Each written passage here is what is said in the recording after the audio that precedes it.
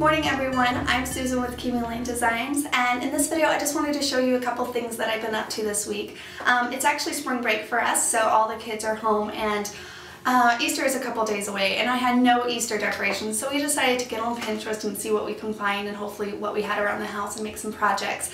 One of the things that we did make was these little chicks, and I wanted to show you how easy they were to make, and we did use the Celebrate set, and I'm going to show you that here in a minute. But these are the girls. These are the ones that they made, and they were super fun to just kind of sit down with on the spring break and make a craft. I know when I was a little girl, my mom used to every spring break have us sew something, and although I'm not a sewer, I did come up with a little project that we could make together, and I'm going to show you as well.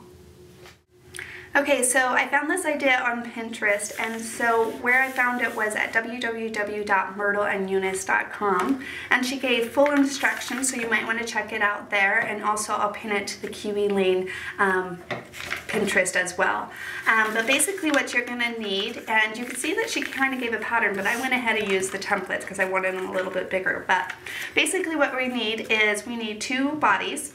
And I used the Celebrate 7 to create the body here, like you can see. And then also you need two wings for each side of your chick. And then you need to make a gusset, and this is basically the belly. And I'm going to show you exactly how I measured that out so that you could do it at home as well. And then just make a little triangle for the beak.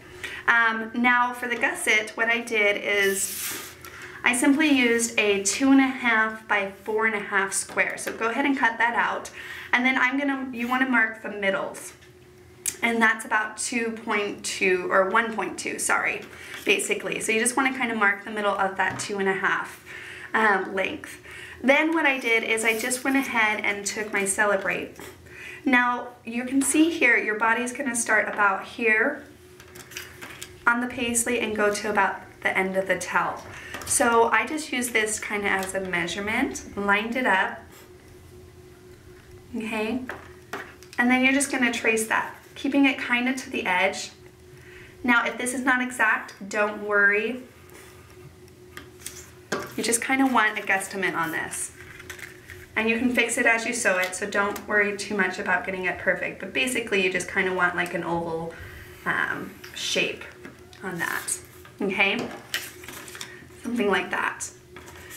So hopefully that will help you out, and then of course you can use this as a template, and then you'll need one of those as well. So go ahead and trace all of that on, some felt, and I just used a marker. Now one of the things to pay attention to is definitely if you're using a marker to maybe wipe off your template right away. I didn't do it quite yet, but the templates are a tool, so they might get a little bit dirty, but if that bothers you, wipe it off right away so it doesn't leave that on your template. Okay, so now I'm going to show you how I made these as well. Basically, you need to cut all of these out. Another thing that I recommend is to stay on the inside of your marker, just because you don't have any ink kind of when you're cutting them out for paper. You can ink right over all of those pencil marks and everything, but because it's marker, you want to kind of cut on the inside of the line, like such. Okay, so you would do that with every one of them. Alright, now you just need a needle and thread, and we're going to start by sewing the two bodies together, and so you would just thread that. A little trick my mom taught me definitely is to just kind of pinch it, slide it through, and then go through the eye of the needle this way. And this just kind of helps you thread a needle as well, because sometimes those little guys can be pretty tough. And you think getting nails would make everything easier, but it doesn't. So that is how I would thread a needle, and maybe you guys already know that trick, but my mom taught me, so I thought I'd show you guys as well. Now you can use basically baker's twine or even some just simple floss. Either one works. I'm going to use baker's twine because it adds a little bit of a raw factor, I think. So to start off, we're going to start by sewing the two bodies together, so place those together. No right or wrong side on those. And then start by tying a knot at the end of your thread. Now you can see I'm using a lot of thread to hopefully get me through, but if you run out, just tie a knot again and start over, so it's not a big deal as far as that goes. So tie a knot, and you're going to go ahead and cut off the excess as well. Okay, where the beak goes, you kind of want to start just right under that. So about right there is where we're going to start. So take it in, and we're just going to do an over stitch And basically what that is you're just going to go from the bottom up, like this. Okay? Now you just want to do a couple, and then we wanted to put the beak in. So let me go ahead and throw that in.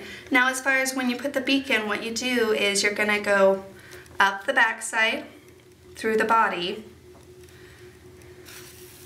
and now you're going to have to go down on the beak, and then up the back side again. Only on the beak part do you need to do this, but then otherwise you can just continue your blanket stitch as well. So a couple more on the beak. Almost there.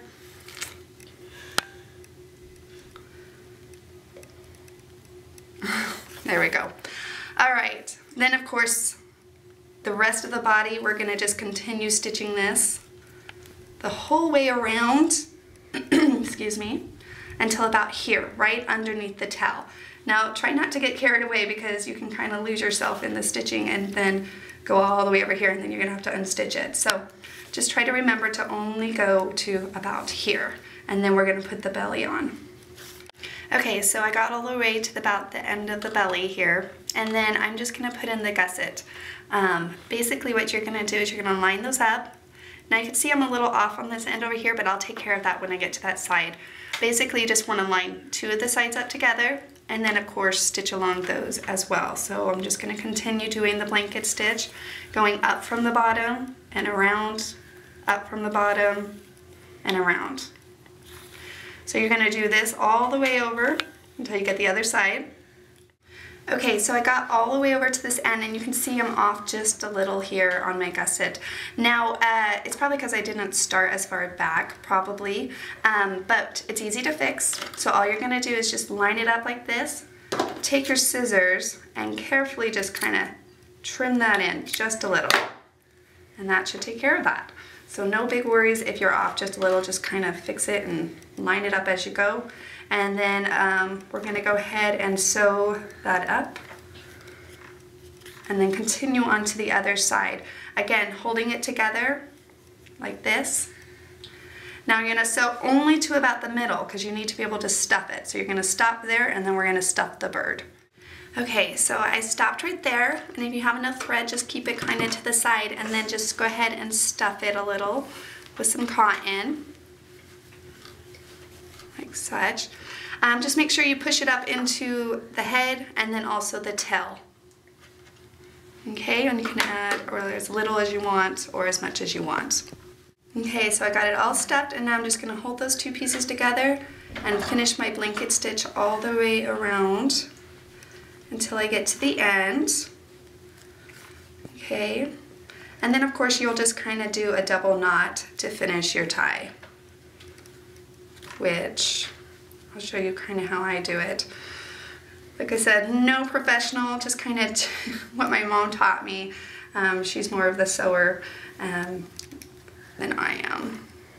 So basically you just go in, and then you're going to go through your hoop like this, so don't pull it all the way through. And then you can do it again to do a double knot, and then you just pull that tight and then cut off that excess. And we have the body done. Okay, now we're going to start by attaching the two wings, and you just kind of place it in the middle of the body. Start by threading through, and we're just going to stitch the top part of it right here. You don't have to stitch the whole thing. And of course tie a knot at the end of your string like that, and then just kind of do a blanket stitch going through the body and then up to in the wing like that. And only a couple stitches will be fine. You know, another thing I forgot to mention is that when I was tracing the wings out, I used Nature 1T, which you can see here, and I just rounded off the end part like that. Okay, now we're gonna do the legs, and I'm just gonna use some wire, about 9 inches. Now you can get some wire in craft sections or even the hardware sections of most stores. And basically what we're going to do is we're going to bend the ends, one of the ends for the legs. And there really is no perfect rhyme or reason, no right or wrong, so you just kind of want to bend it. Basically what I did was I bend it down,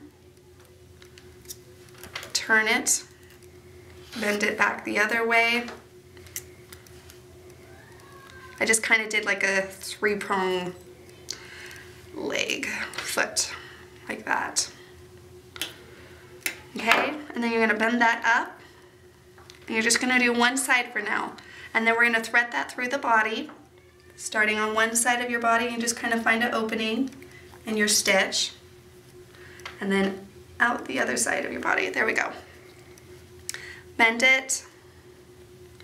Now, of course, if you want the legs longer, kind of like I did on this chick, then you would want to use longer wire. And you might want to start long and then cut off the excess, but I did want him to be short. So again, bend.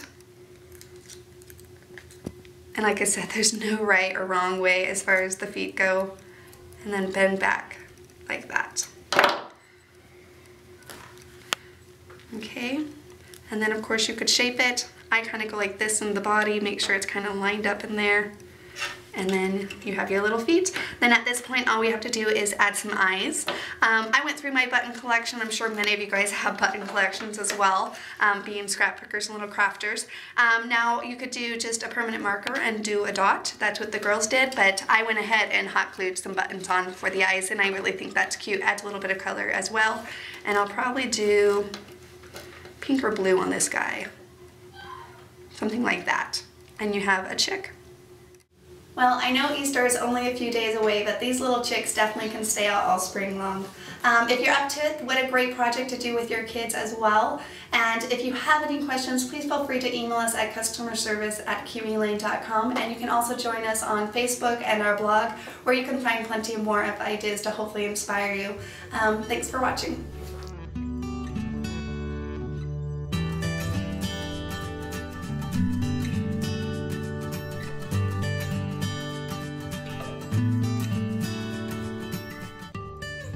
Okay, and really quickly, I just wanted to show you how I made the banner template for the banner that I made out of burlap. Basically what you're going to do is you're going to start with a 10 by 10 square is the size that I used, and you want to mark half of that, so 5 inches here. And this is just going to be a basic guideline for us, the middle piece, and I would just go ahead and mark it on both ends like this. Okay, and then all we have to do is take a straight edge, and you're going to start from one corner of your square and go to the middle, like that, right there. And then do the same thing. Start from the end of your square, or the corner, and go to your middle, and then cut that out. And you can use that as your banner template to make a burlap banner.